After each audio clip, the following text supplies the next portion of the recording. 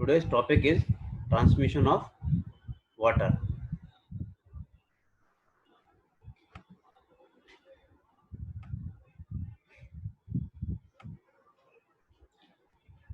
Here, transmission of water means transmit the water from source to the water treatment plant, not city, not consumers.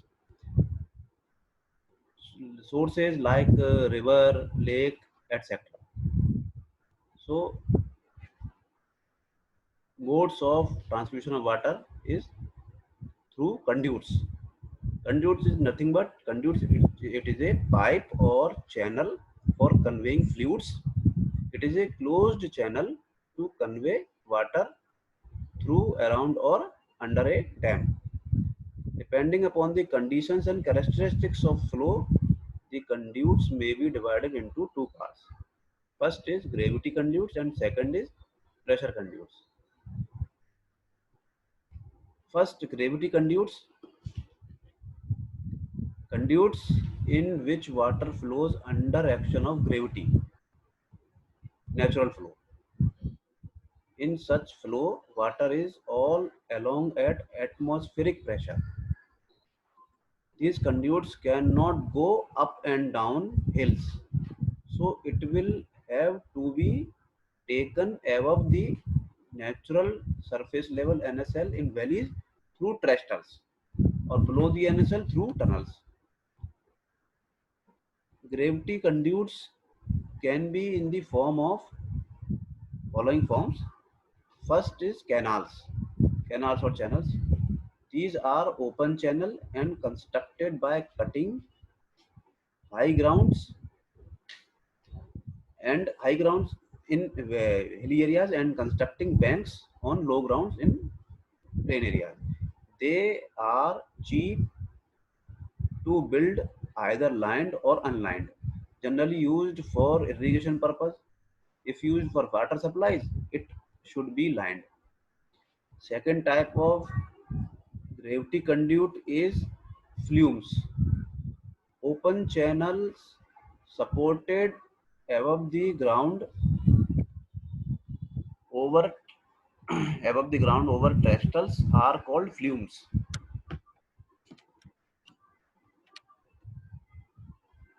They are used to convey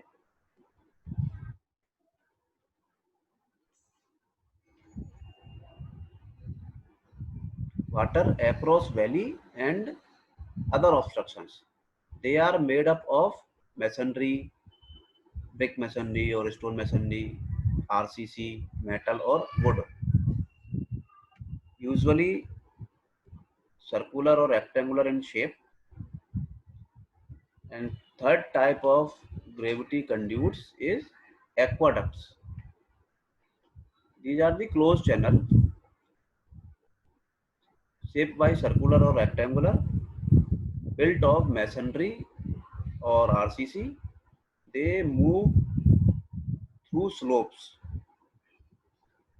roads, railways, and highways.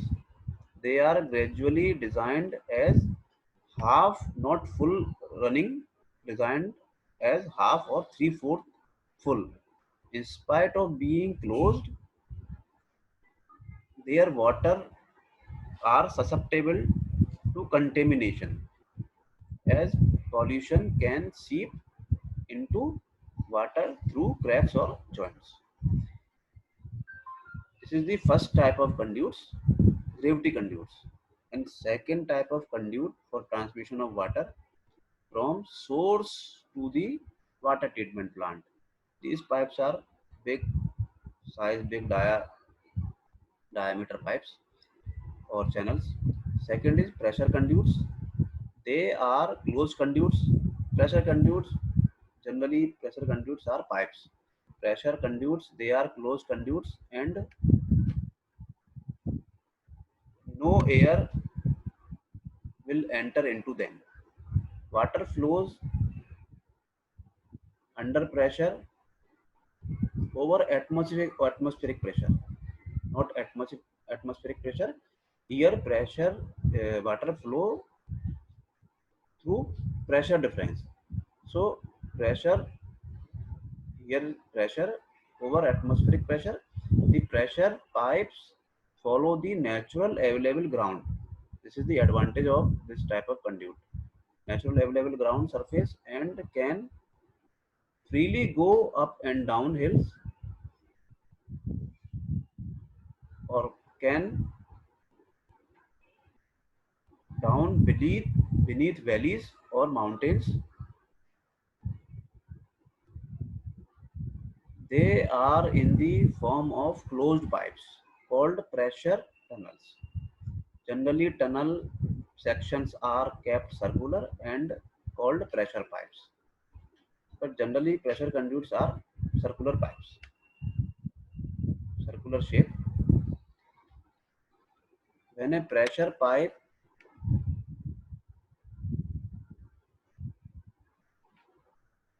down beneath a valley, stream, or any other depression, it is called a sag or an inverted siphon. Opposite to siphon, some advantages of pressure conduits over gravity conduits. Pressure, first advantage of pressure conduits over gravity conduits or channels or canals.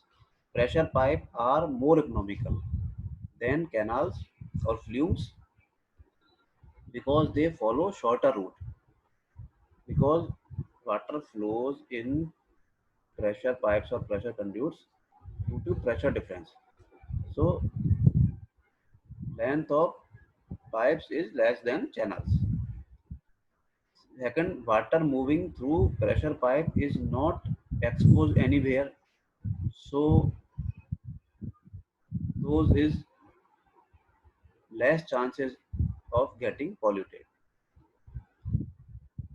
Next is pressure pipes are used for water supply, but gravity pipes or channels can be adopted for conveying sewage and drainage. In pressure pipes,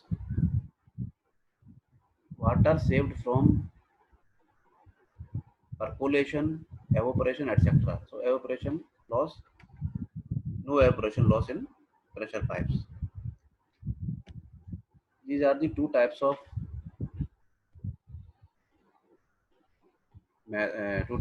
mode for transmission of water. And in pipes, pressure flow due to pressure difference. Hence, in pipes, some losses are there. So hydraulics of flow in pipe, as pressure pipes follows shorter route, which may create too high pressure. In the pipes may not always to be cheap, hence the size and shape of the supply lines must be determined by hydraulics. Structural or economical considerations. The head loss caused by pipe friction or due to length of pipe is the major head loss in pipe flows. The head loss caused by pipe friction can be found by using these formula. First formula is Darcy-Weisbach formula. In this formula, head loss HL is equal to F dash L V square upon 2GD, where L is equal to length of pipe, D is equal to diameter of pipe, V is equal to mean velocity of flow through pipe in meter per second, and F dash is equal to dimensionless friction factor, which is varying between 0.02 for smooth pipes to 0.075 for old rough pipes. So F dash, first F dash, determine F dash is equal to 0.04 into 1 plus 1 upon 35D for old pipes, and F dash is equal to 0.02 into 1 plus 1 upon 35D for new pipes or smooth pipes. For laminar flow, F dash is equal to 64 upon RE, where RE is equal to Reynolds number. rough turbulent pipes, F dash is equal to 2 log 3.15 D upon RE base 10 or 2 log D upon RE base 10 plus 1.74. RE is Reynolds number. If RE between 20,000 to 20 lakhs, then F dash is equal to 0.005 plus 0.396 upon RA to the power 0.3 for smooth pipe.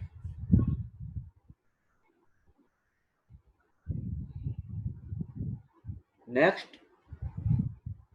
formula for head loss in pipes due to length of pipe or major loss in pipe. Manning's equation. It is basically used for gravity conduits, but also applicable to turbulent flow in pressure conduits.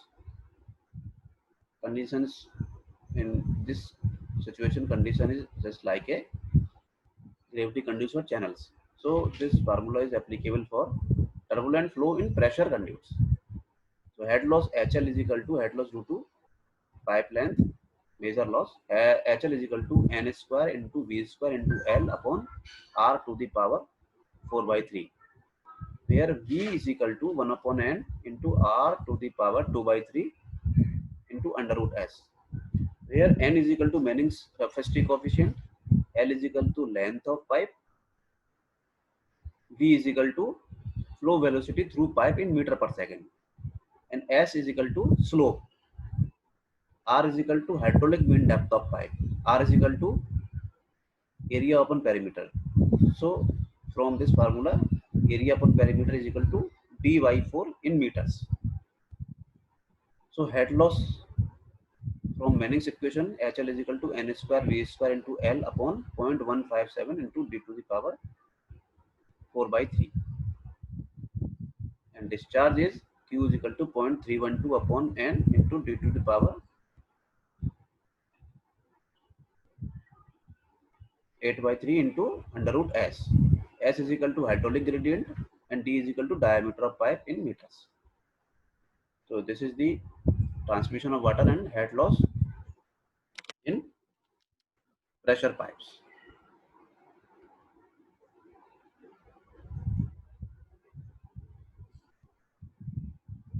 Thank you.